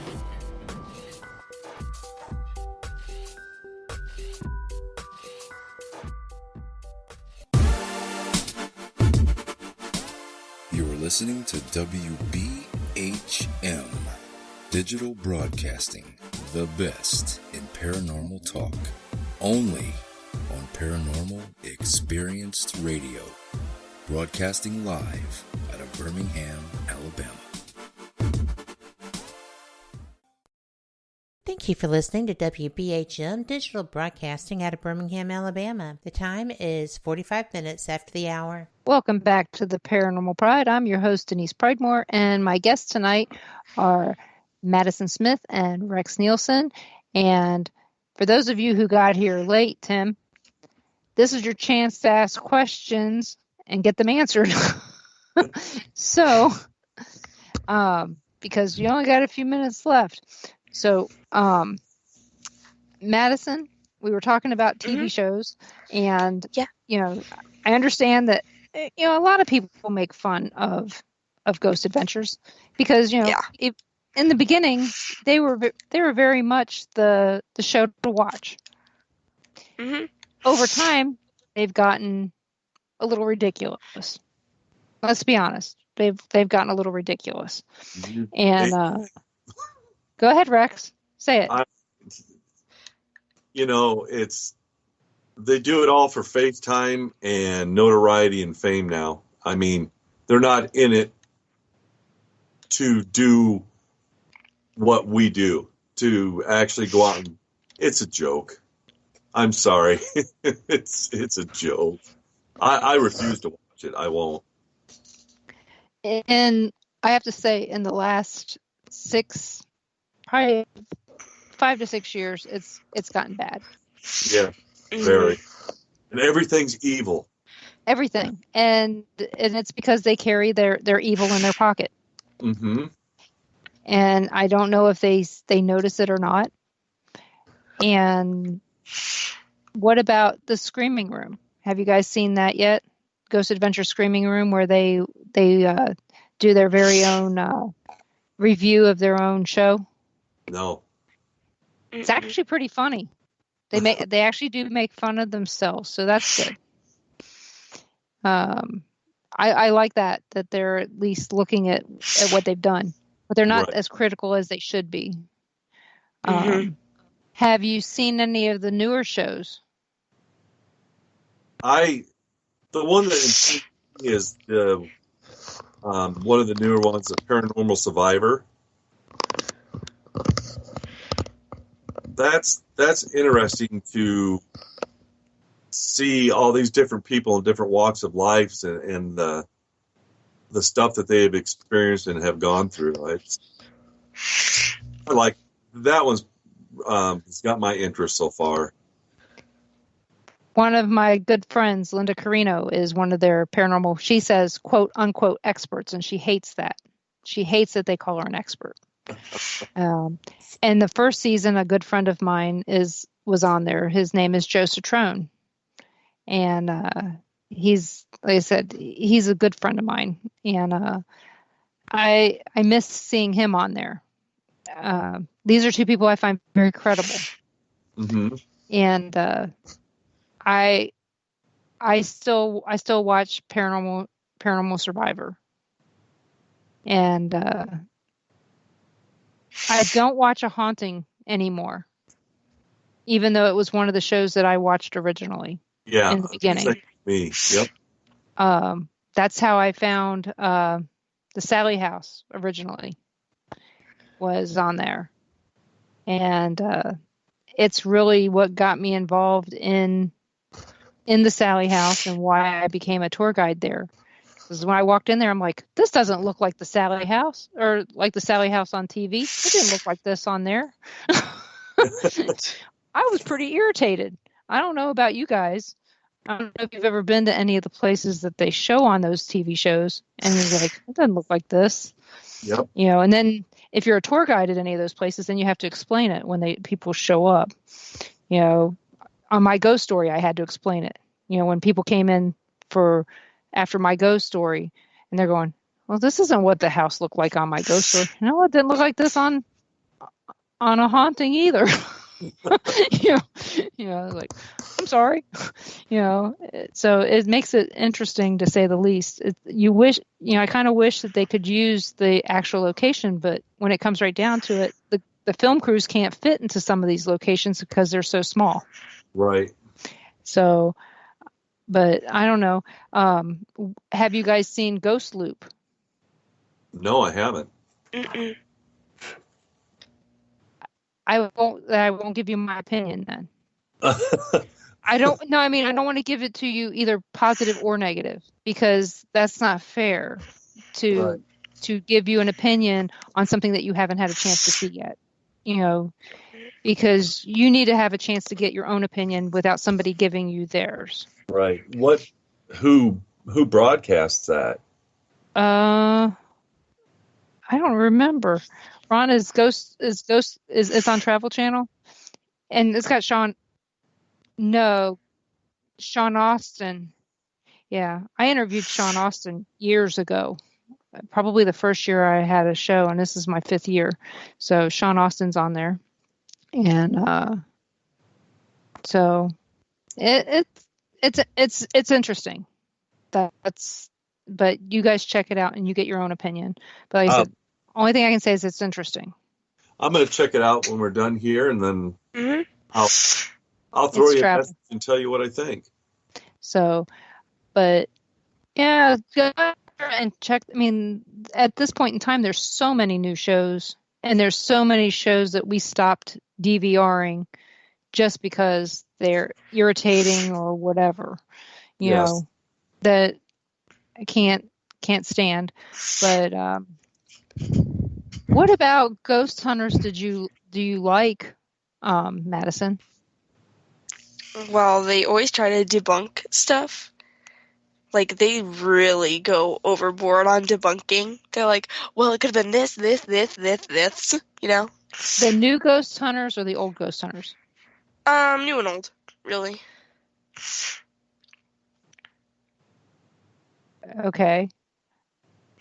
I'm not going to give you my opinion. Go right ahead. I'm open to it. I don't really...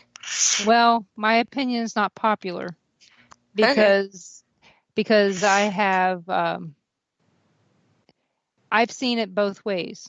The old Ghost Hunters, I did see where they would debunk stuff, and then in the end, they were ignoring things that would happen in front of them, and they would walk away, and they wouldn't.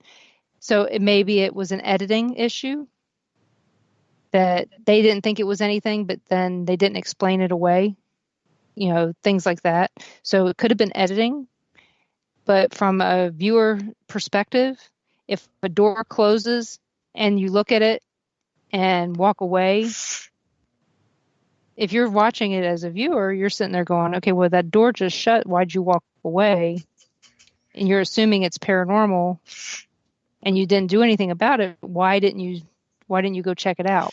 You know, if you look at the last episode of Ghost Hunters, before they stopped filming, before they came up to this next one, the new Ghost Hunters, there was a scene in there where this door shut, either shut or open. I don't remember exactly, but they ignored it.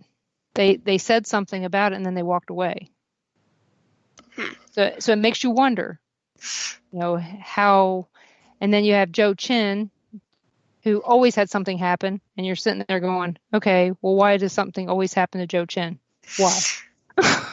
You know, you get to the point to where you're going, okay, this is kind of weird.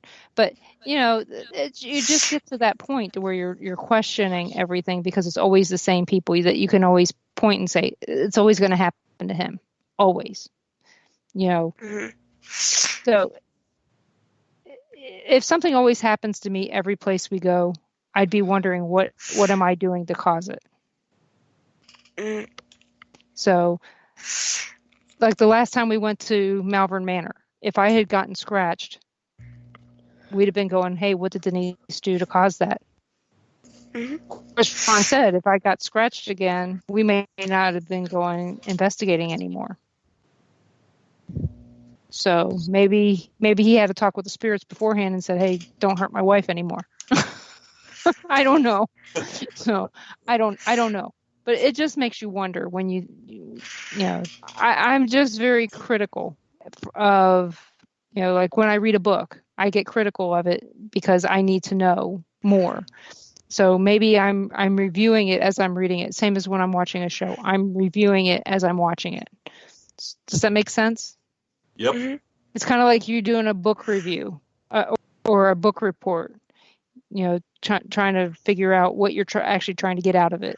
So that's just me. But now, on the other hand, have you watched any of these Bigfoot shows out there? Are you talking to me or Rex? Either of you. Yes, I have. Did you watch this one that was just on the Bigfoot, or what was it called? Expedition Bigfoot? No, I haven't. I watched that. It was very interesting. But what Bigfoot shows did you watch? It's hit and miss with me because I don't have cable or anything. I just have the internet, so I have to browse around and find ones that I've missed. But one of the most interesting was Les Stroud. Oh yeah, when he was out, that was awesome. I thought it was done very well, very informative. You know, and it doesn't seem scripted. I'm sorry. There's so many shows that you watch that are so you can tell they're scripted that you're like reality TV. But that's the last one I kept up with. I mean, I've got a list of ones written down because, like I said, I can't watch them live. I got to wait till an episode comes out. But what was the other one I was? Finding Bigfoot? Yeah, I kind of. Everybody stopped watching that after the porcupine comment. Yeah. I mean, when it come out, you're going, all right, you know, this guy's got X amount of years doing this, blah, blah, blah, blah, blah, blah. And the more you watch, you're like going, what in God's name? You know, I totally lost interest in it very quickly. Mm-hmm. But, you know. Then they had the other one, Killing Bigfoot, and it's like, I don't know. I have no clue what to think about it. So I keep watching, looking for something. I watch one show, it says Bigfoot's not going to hurt you, and then another one, they're carrying around guns saying Bigfoot can kill you. Yeah.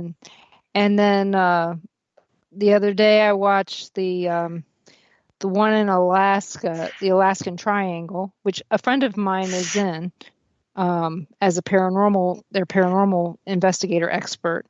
And but they had something about Bigfoot on there, and Bigfoot killed all these people. I'm like, okay, so I doubt that, but it's all wishy-washy, and I'm like, okay, whatever. So I'll find out. I don't know. I find it interesting.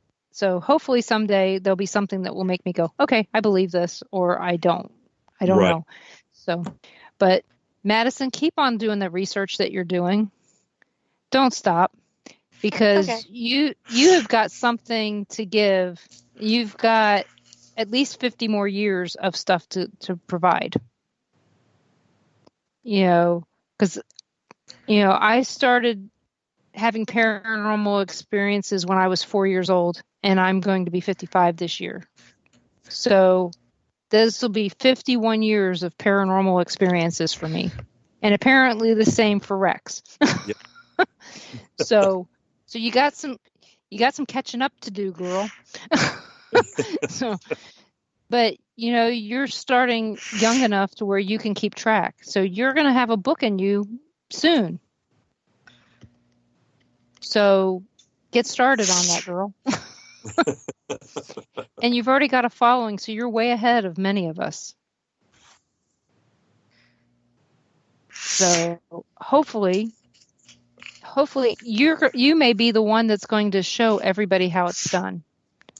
You may be the one that's going to give us that breakthrough piece of evidence on paranormal. So keep up the good work, and I am so glad that you came on with me tonight. And Rex, thank you so much. I had a great time talking to both of you. Thank you. I'm honored to be on. And Madison, I hope your cold goes away soon. Okay. Okay. Okay. Well, you guys have a great night, and hopefully everyone will come back next week for whoever my guest is going to be. I'm going to surprise you guys with somebody special, and it's going to be special to me too. So you're listening to WBHM Digital Broadcasting out of Birmingham, Alabama. We'll be back next Monday at 7 p.m. Central right here. You guys have a great night.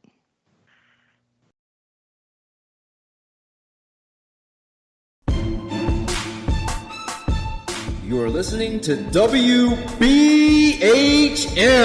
Digital Broadcasting, the best in paranormal talk only on Paranormal Experience Radio. Broadcasting live out of Birmingham, Alabama.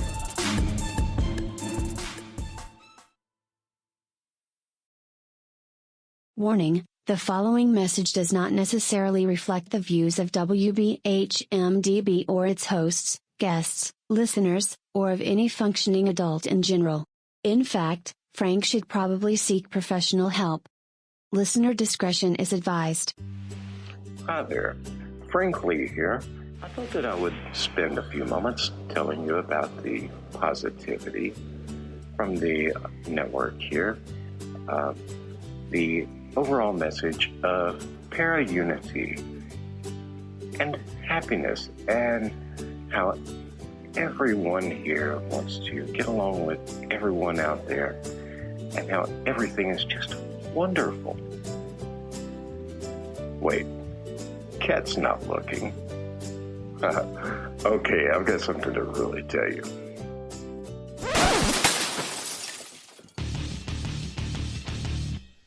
Okay, so I'm going to tell you what's really going on.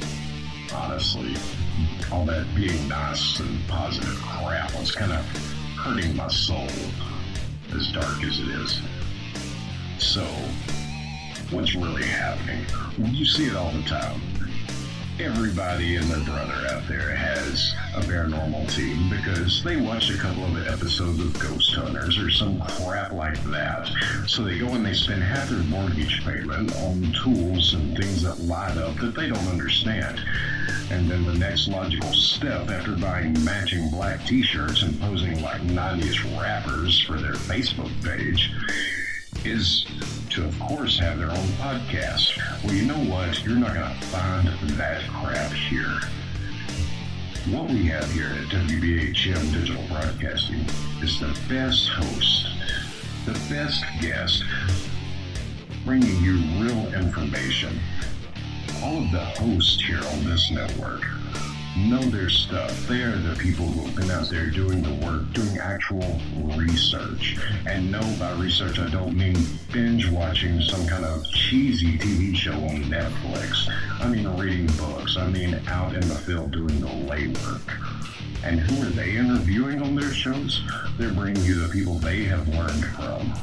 They're bringing you the best in the field, covering all kinds of topics, from UFOs and aliens to Bigfoot to cryptozoology to ghosts to anything you can think of, a bit strange and unexplained.